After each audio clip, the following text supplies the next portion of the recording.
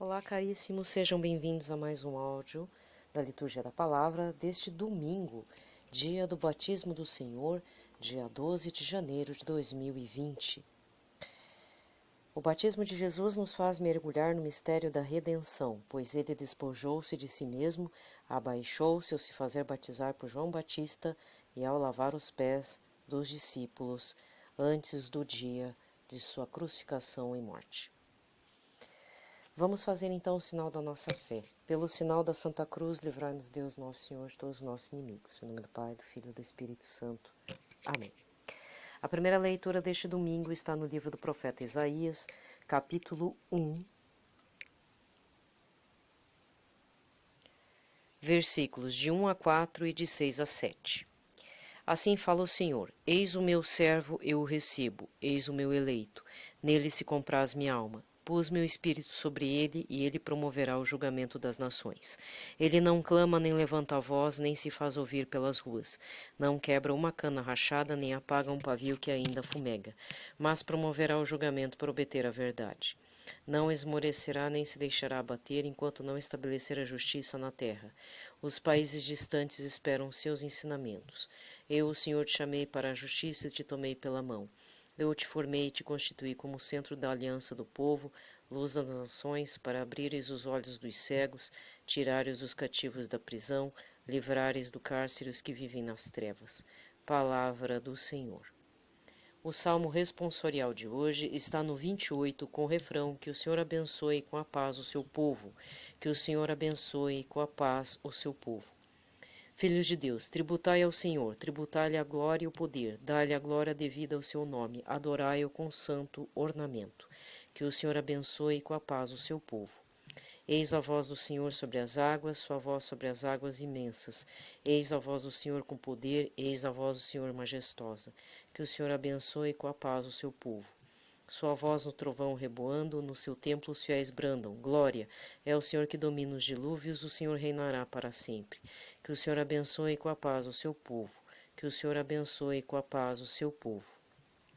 Segunda leitura. Atos dos Apóstolos, capítulo 10, versículos 34 e 38. Naqueles dias Pedro tomou a palavra e disse: De fato, estou compreendendo que Deus não faz distinção entre as pessoas. Pelo contrário, ele aceita quem o teme e pratica a justiça, qualquer que seja a nação a que pertença. Deus enviou sua palavra aos israelitas e lhes anunciou a boa nova, da paz por meio de Jesus Cristo, que é o Senhor de todos. Vós sabeis o que aconteceu com toda a Judéia, a começar pela Galiléia, depois do batismo pregado por João, como Jesus de Nazaré foi ungido por Deus com Espírito Santo e com poder. Ele andou por toda parte fazendo bem e curando a todos os que estavam dominados pelo demônio, porque Deus estava com ele. Palavra do Senhor. Aclamação do Evangelho. Aleluia, aleluia, aleluia, aleluia, aleluia, aleluia. Abriram-se os céus e fez-se ouvir a voz do Pai. Eis meu Filho muito amado, escutai-o todos vós. Aleluia, aleluia, aleluia, aleluia, aleluia, aleluia. O evangelho de hoje está em Mateus 3, versículos 13 a 17.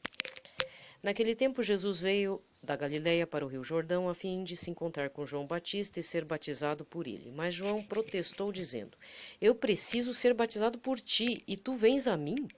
Jesus, porém, respondeu-lhe: Por enquanto deixa como está, porque nós devemos cumprir toda a justiça. E João concordou. Depois de ser batizado, Jesus saiu logo da água. Então o céu se abriu e Jesus viu o Espírito de Deus descendo como pomba e vindo pousar sobre ele. E do céu veio uma voz que dizia: Este é meu Filho amado, no qual eu pus o meu agrado. Palavra da salvação. A antífona final da liturgia de hoje, deste domingo é: Eis aquele quem João dizia: Eu vi e dei testemunho de que este realmente é o Filho de Deus.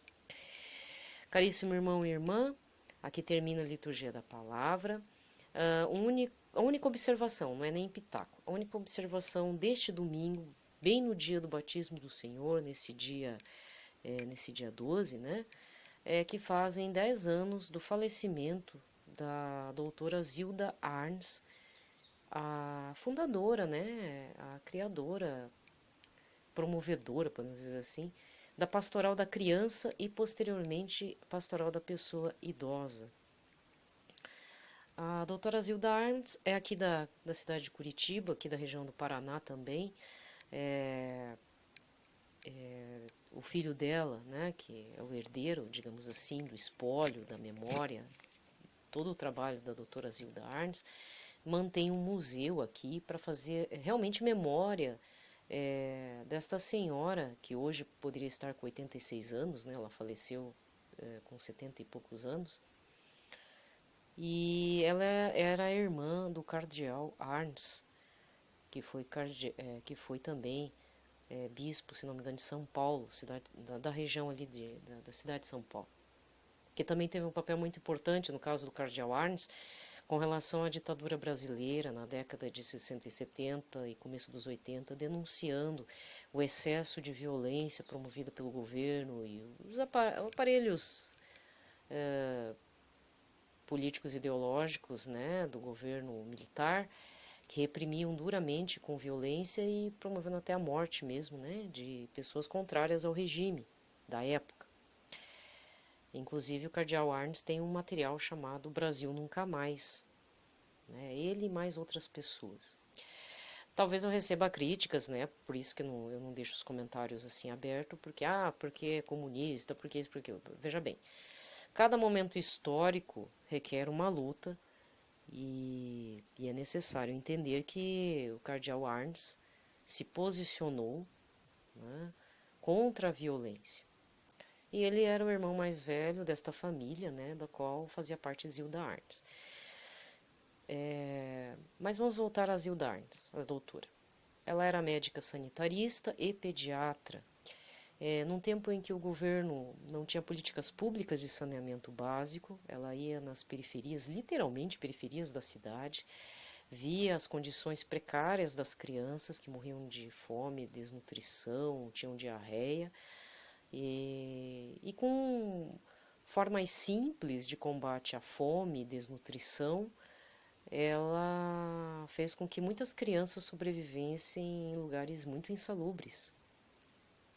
Então, o trabalho da doutora Zilda Arntz realmente não pode ser esquecido, porque daqui de Curitiba para o mundo, né, muitos outros países adotaram essa forma de combate à desnutrição. Atualmente existe uma outra preocupação, né, na verdade é o combate a futuras doenças, né, como foi falado hoje na reportagem local aqui, feita pelo filho dela. Mas ela que deu o pontapé inicial para a pastoral da criança. Então, ela se utilizou da Igreja Católica, talvez o ambiente de uma paróquia, chamou algumas lideranças que faziam parte da igreja local, das paróquias, fez com que houvessem líderes comunitários, formou líderes comunitários para o combate à desnutrição infantil. Uma das formas simples que até hoje eu lembro, né, porque ela também, no contexto histórico aqui, ela era do mesmo tempo da irmã Dulce, quando eu falo tempo, é temporalidade mesmo, na mesma época assim que houve esse trabalho, só que a irmã Dulce é lá no Nordeste, na Bahia, e a senhora Zilda Arntz aqui no Sul, e que depois espalhou para todo o Brasil, para todo mundo. Mas ela tinha uma das formas, era uma farinha, um tipo de farinha alimentícia para dar nutrição para as crianças e para as mães também, incentivadora do aleitamento materno, incentivadora do uso da casquinha de ovo bem triturada, claro, bem lavada, secada e bem triturada para a formação do cálcio, né? Então existia também toda essa preocupação para que as crianças, sempre na promoção à vida humana. Então realmente a senhora Zilda Arntz faz muita falta, né? Ela está em processo aí de beatificação também. Eu não lembro se ela é venerável, eu sei que está num processo, mas é uma família muito abençoada, né? Quem infelizmente tem aí menos de 30 anos, ou só 30, até os 35 anos, talvez não entenda a importância da doutora Zilda Arntz para a sociedade brasileira e para o mundo, mas realmente ela fez um trabalho muito importante, né? Ela sempre era notícia nos jornais locais e virou até reportagem do Globo Repórter há muito tempo atrás, que com 50 centavos por criança, né? Isso na época, quando teve alteração para o Plano Real, né? Então era o início do Plano Real. Dizia-se que com cada criança valia um custo de 50 centavos para que a desnutrição acabasse. Hoje em dia seria o quê? Talvez R$ 2 no valor reajustado, né? R$ 2 para evitar a desnutrição e a mortandade infantil é muito pouco, né? E ela fez todo um trabalho aí, justamente se utilizando da formação dela. Inclusive a vida dela é uma inspiração muito interessante. Quem incentivou ela a ser médica, inclusive, foi o irmão mais velho, na época sacerdote, o que depois veio se tornar Cardeal Arms. Porque o pai dela não admitia, imagina, uma senhora, uma moça ser médica, né? Mas com um empurrãozinho do irmão, né? Que bom, né? Quando a pessoa ajuda assim.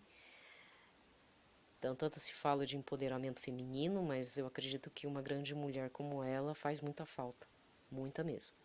Então, meus caríssimos irmãos, esse é o momento reflexivo de observação para hoje, né? Então, aqui em Curitiba, nesse domingo, vai ter comemorações, lembranças, não é comemorações, mas lembranças com relação à vida, a vida não tão curta, mas tão interrompida, né, de forma abrupta por uma tragédia, um terremoto no Haiti, no qual ela estava falando lá, promovendo seu trabalho, e infelizmente a igreja veio abaixo e ela faleceu debaixo dos escombros, mas de qualquer forma é um legado, uma importância muito grande se falar na doutora Zilda Arns. Então fiquem em paz, no coração de Jesus Cristo, no seu sagrado coração, sendo-nos levados, né, até Ele, pela Sagrada Família, Nossa Senhora e São José. Paz e bem.